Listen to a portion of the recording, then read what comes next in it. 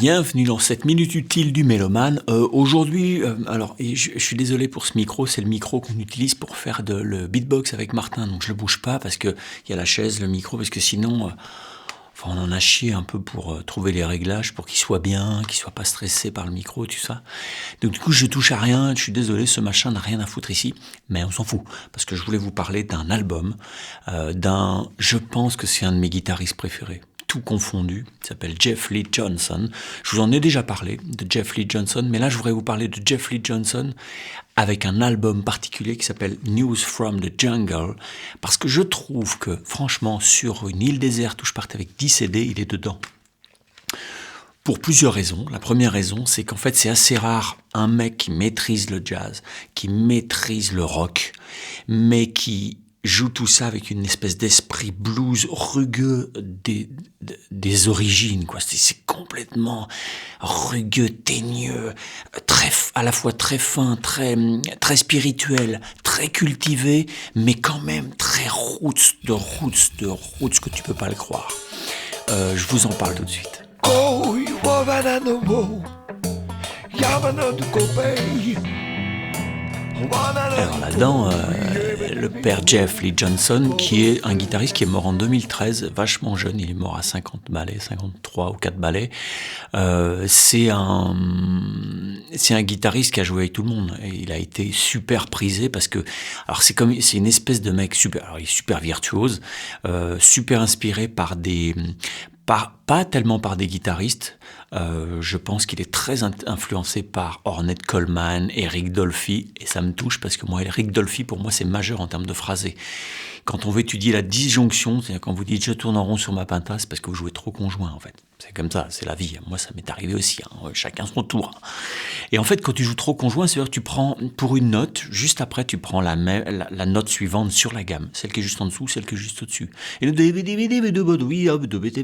donc tu montes et tu descends, tu fais des vagues. Mais il n'y a pas de grand saut.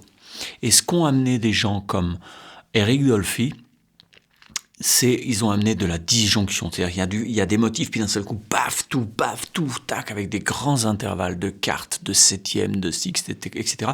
Mais dans le phrasé, inclus dans le phrasé. Écoutez, Eric Dolphy, c'est la mort qui tue ta belle-mère. Ornette Coleman, c'est un peu plus, son influence sur Jeff Lee Johnson, elle est plus sur cette espèce de naïveté des thèmes. Moi, je suis fan d'Ornette Coleman parce que c'est un mec qui a vraiment amené un truc sur la naïveté, un peu comme ça, une espèce de fausse balade en forêt bavaroise. Je sais pas pourquoi je dis ça, mais bon, ça me donne ça. Sonny Thompson, le bassiste qui est là-dedans, c'est pas un branquignol, c'est un mec qui a enregistré avec George Clinton, avec James Brown. Franchement, James Brown, George Clinton, en funk, franchement, tu peux pas faire beaucoup mieux. Sonny Thompson, c'est un mec qui était à l'école avec Prince, qui s'appelait pas comme ça à l'époque, c'était un tout petit mec qui commençait la gratte, et Sonny Thompson lui a donné il a donné des trucs pour bosser un peu la gratte. Ils étaient à l'école, et Sonny Thompson, c'est un immense bassiste, c'est un mec qui est capable de faire une cellule sur 10 minutes, et ça bronche pas, et il y met tout un tas il fait de la musique, à chaque seconde, mais en jouant les 4 mêmes notes. Mon frère était comme ça, c'est un bassiste comme ça. Moins fort que Sonny Thompson, je suppose, sinon ça se saurait, mais il était comme ça, voire plus brutal, c'est-à-dire vraiment quelqu'un qui est capable de faire de merde, mais pendant 2 heures, et en faisant un max de musique sur le placement, sur l'attitude, sur la façon de rentrer, sur la façon de jouer avec 3 trucs. Sonny Thompson. Michael Blend, c'est le batteur qui est c'est un phénomène, c'est un énorme type, très puissant, avec un son de batterie à te défigurer l'oreille. Pareil, il a joué avec beaucoup de gens. Les deux, là, la rythmique, basse batterie, c'était la rythmique de Prince pendant je sais pas combien de temps. Pendant 6 ou 7 ans, ça a duré. Michael Blend, c'était aussi un requin, il a pas mal joué avec France Gall par exemple, voilà, c'est dingue, hein. C'est un batteur fabuleux si tu aimes les grosses frappes, mais avec beaucoup de culture, du gros son, des décalages dans tout le sens, de la musicalité à tout péter, et un groove de killer à aller écouter. Cet album-là, c'est la boucherie à tous les étages. Alors le Jeff Lee Johnson, il a joué avec plein de gens, hein. Il a joué avec Aretha Franklin, avec McCoy Tyner, Stanley Clarke, Chaka Khan, Rachel Ferrell, enfin j'en passe, et des milliers et des milliers. Il maîtrisait le jazz parfaitement, le blues parfaitement, le funk parfaitement, ça groovait la mort, le rock, toutes les musiques actuelles, toutes les musiques noires, c'est vraiment, il maîtrise à mort, ok? Ce que j'aime dans son son, c'est que moi qui n'arrive pas à jouer avec de la compression, j'aime pas ça parce que mon truc c'est la dynamique. Lui, c'est l'inverse. Son goût à lui, c'est d'hyper compresser les sons, mais à un point tel que c'est vraiment super visible. C'est-à-dire son son est énormément compressé. Il y a plusieurs raisons à ça. C'est parce que d'abord, il fait ce qu'il veut, il est grand et il aime ça. Et puis deuxièmement, il a un jeu très legato. C'est pas que c'est pas toujours propre, mais c'est quand même très rugueux. Il est capable de jouer super propre. Mais moi, j'aime beaucoup ce côté un peu rugueux, un peu, vas-y, il y a des ghost notes et des pains et des machins. Mais tout est dedans. Tout est voulu. Faut pas prendre ça pour un manque de technique. C'est une technique faramineuse. Il est fabuleux, Jeff Lee Johnson. Donc son son, vous allez voir que quand il reprend des morceaux de jazz, c'est pas le vieux son de jazz. Je sais pas qui a dit un jour que le son de jazz c'était celui de Wes Montgomery en moins bien, hein, parce que tous les guitaristes de jazz que j'entends, la plupart c'est ça. Ok, alors il y a des mecs un peu différents évidemment. C'est pour ça que plein de guitaristes de jazz n'aiment pas John Scofield, qui joue toujours avec des sons bien véreux. J'ai vu que Lage joue avec des tout petits amplis. Ça fait longtemps que je dis putain, il faut jouer avec des petits amplis. Il joue avec des tout petits amplis qui fait cruncher un tout petit peu, ça lui donne une gouaille sympa et beaucoup plus, comment dire, ça arrête d'être tout sec avec, on gomme les aigus et on fait des arpèges et des matchs. C'est pas que ça le jazz, ok? Moi si je veux écouter ça, j'écoute Wes Montgomery, voilà, là c'est fabuleux. Barney Kessel, et il y en a plein d'autres. Mais sur la dynamique et sur le son, alors c'est très pauvre.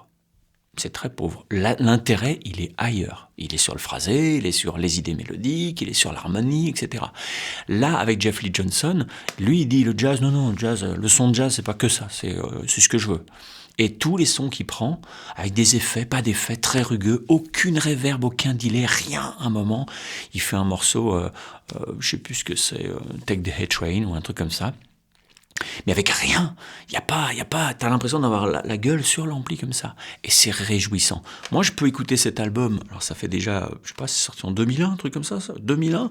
Ça fait 20 ans que j'écoute cet album, je le redécouvre à chaque fois, je ne m'en lasse pas. C'est un des plus grands albums de jazz, mélangé avec du rock, mais sans être du jazz rock. Vous voyez ce que je veux dire? C'est pas du jazz rock, où c'est virtuose pour être virtuose, machin, tout ça. Et il y a des trucs super dans le jazz rock, j'en ai écouté plein, j'ai fait des groupes de jazz rock quand j'étais petit avec mon frère. Mais là, c'est pas du jazz rock, c'est du jazz, blues, rock, tout ça mélangé, mais avec beaucoup d'esprit et beaucoup de style. Parce que ça, c'est rare, un mec qui a autant de style. Alors si vous voulez écouter ce que c'est que du gros groove dans ce genre-là, il y a le premier morceau qui s'appelle Open Season, et il y a Drop in F, non je sais plus ce que c'est, Diving in F, ok. Diving in F, c'est le batteur qui fait c'est le décompte, au lieu de dire 3-4, il fait de toute beauté. Voilà. Premier morceau, c'est un morceau super intéressant rythmiquement, ça groove dans tous les sens au début. Il y a plein d'entourloupes, puis après ça se stabilise avec 4-4, 4-4, 2-4, mais avec des cellules rythmiques qui font que tu te dis putain, ça groove de la mort, quoi. Il y a la 10, c'est Drop Me, je sais pas quoi, in Harlem, c'est du jazz, mais vraiment pur, mais avec un sale son de guitare, et puis la batterie, il fait que des grosses caisses, il fait les kicks, tic, tic, tic, et c'est super. Tu dirais les triplettes de Belleville qui ont pris des acides, quoi, c'est dingue. C'est pas du jazz gentil, c'est du jazz qui déglingue sa mémé. C'est ça la bonne définition pour moi. T'as des trucs très funky, hein, super sexy, Insomniac Dance, c'est un machin au niveau du tempo, c'est maîtrisé, ça groove de la mort.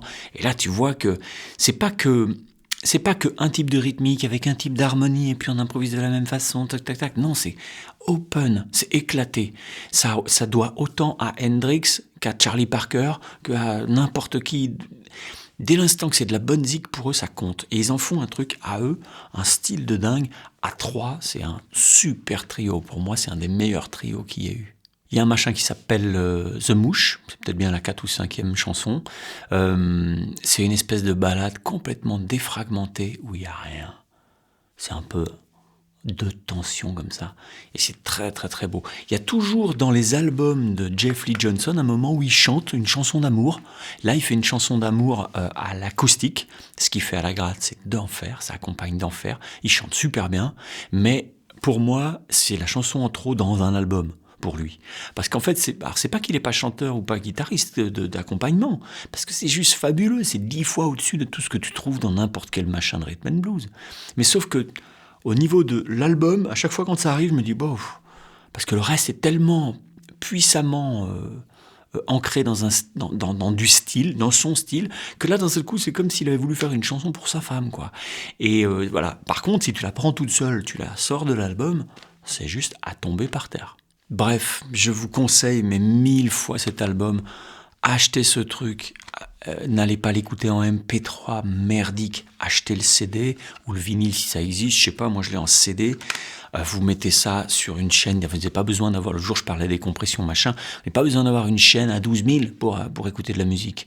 Moi j'ai un bon lecteur Philips que j'ai dû acheter très peu cher à l'époque, mais qui était déjà vachement bien par rapport à son prix, et j'ai 2 enceintes ProDip qui coûtent, j'ai plus 200 € la paire ou 300, c'est pas grand chose, d'accord, c'est pas un système de malade. Bah déjà, on voit une sacrée différence. Tu mets ton ordi avec YouTube, tu le mets là-dessus, et puis tu mets ça dessus, et c'est le jour et la nuit. Faites l'expérience, vous allez voir, ça n'a rien à voir. Alors YouTube, je sais, c'est abusé comme comparaison, parce que le son de YouTube, c'est vraiment la mort qui tue la musique. Okay, si vous écoutez uniquement la musique sur YouTube, bon, bah, dites pas que vous êtes mélomane, d'accord. Vous consommez de la musique, c'est bien parce que on a accès à plein de choses, mais il y a mieux maintenant pour avoir accès en masse de façon numérique, mais avec des bonnes qualités, d'accord. Et sinon, bah, acheter un CD, maintenant ça coûte que dalle un CD, les mecs ils bradent parce que ça se vend plus, donc ça je l'ai acheté, je sais pas, 3 €, j'ai trouvé sur je sais pas quoi, 3 €. Donc du coup, achetez-vous des CD, faites ça, faites péter cet album-là, vous allez voir le premier morceau va vous déglinguer, et puis tous les morceaux vont vous déglinguer. Et vous allez rentrer chez vous complètement déglingué. J'espère que ça vous aura donné envie d'aller écouter Jeff Lee Johnson, qui est un de mes guitaristes préférés. C'est un guitariste, ça fait pas de chichi, avec énormément de style, et qui a une culture de dingue et une personnalité de dingue. Moi, il me manque. Voilà, Jeff Lee Johnson, tu me manques. Reviens, s'il te plaît. Allez voir les formations, parce que si vous voulez vous former sur les intervalles pour savoir ce que c'est qu'une dièse 4, à quoi ça sert, comment, pourquoi, comment analyser la musique, pas juste l'écouter et se dire « Ah, c'était fabuleux !» Non, pour savoir ce que vous entendez, reconnaître ce que vous entendez. Être capable de reconnaître les intervalles, c'est la base. Et j'ai fait un programme qui s'appelle Interval et System Caged. C'est la frise moustache, c'est la classe, c'est vachement bien fait. Et voilà, il y a d'autres programmes, n'hésitez pas à les voir. En cliquant sur plus dans la description, ça vous donne des liens pour aller voir ces programmes qui sont des super programmes. Et puis on s'abonne et on clique sur la cloche, comme ça on est prévenu dès que je fais une nouvelle vidéo.